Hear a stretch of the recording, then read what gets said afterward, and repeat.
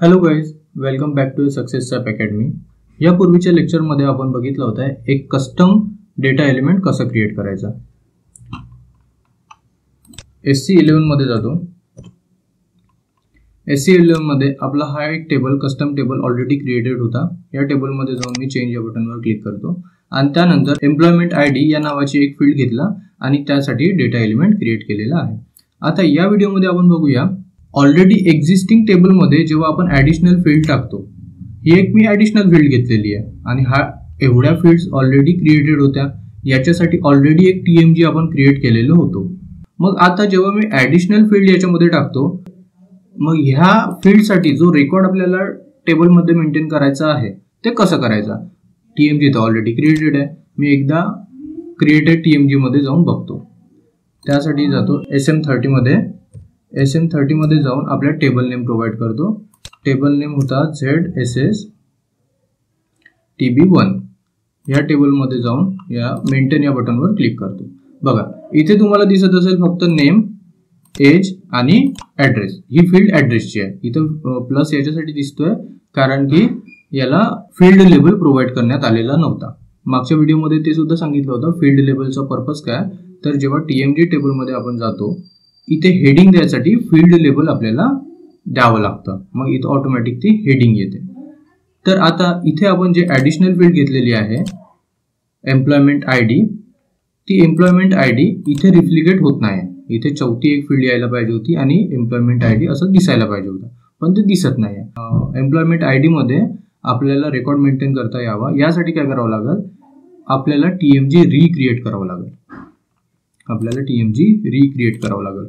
मग त्यासाठी मी काय करतो, आपल्या टेबलमध्ये जातो, याला सेव्ह करतो. सेव्ह करून परत एकदा ॲक्टिवेट करतो.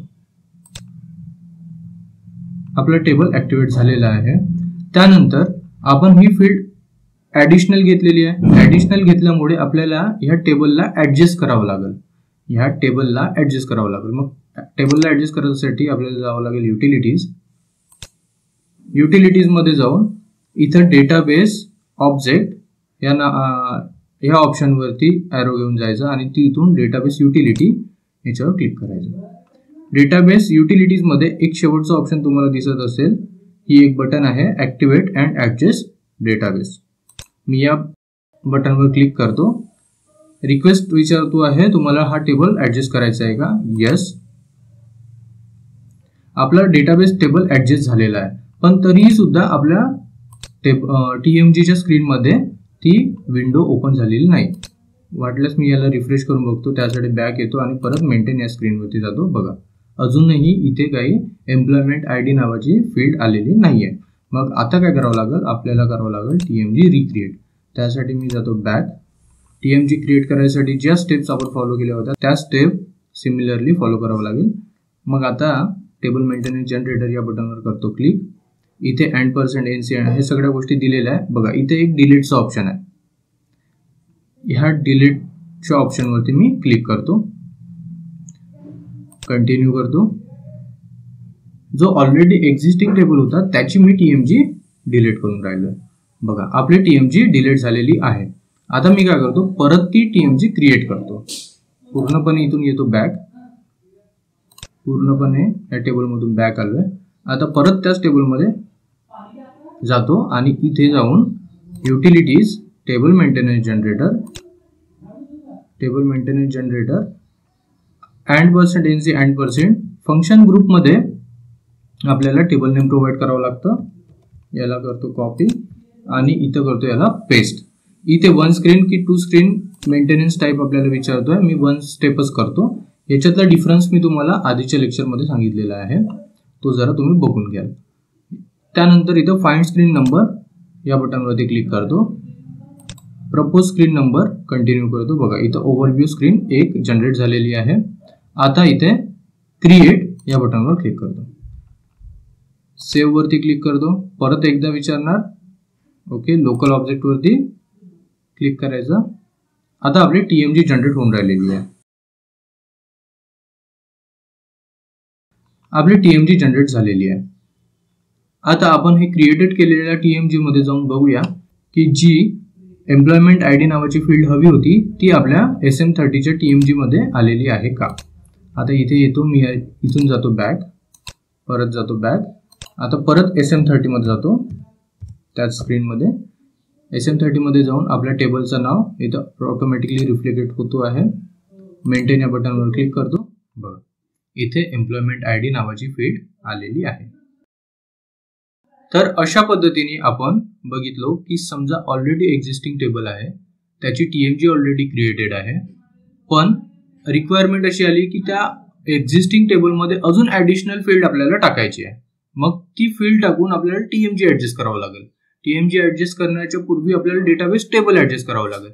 तर अशा 2-3 स्टेप्स आपल्याला सिक्वेन्स वाईज फॉलो करावं लागेल.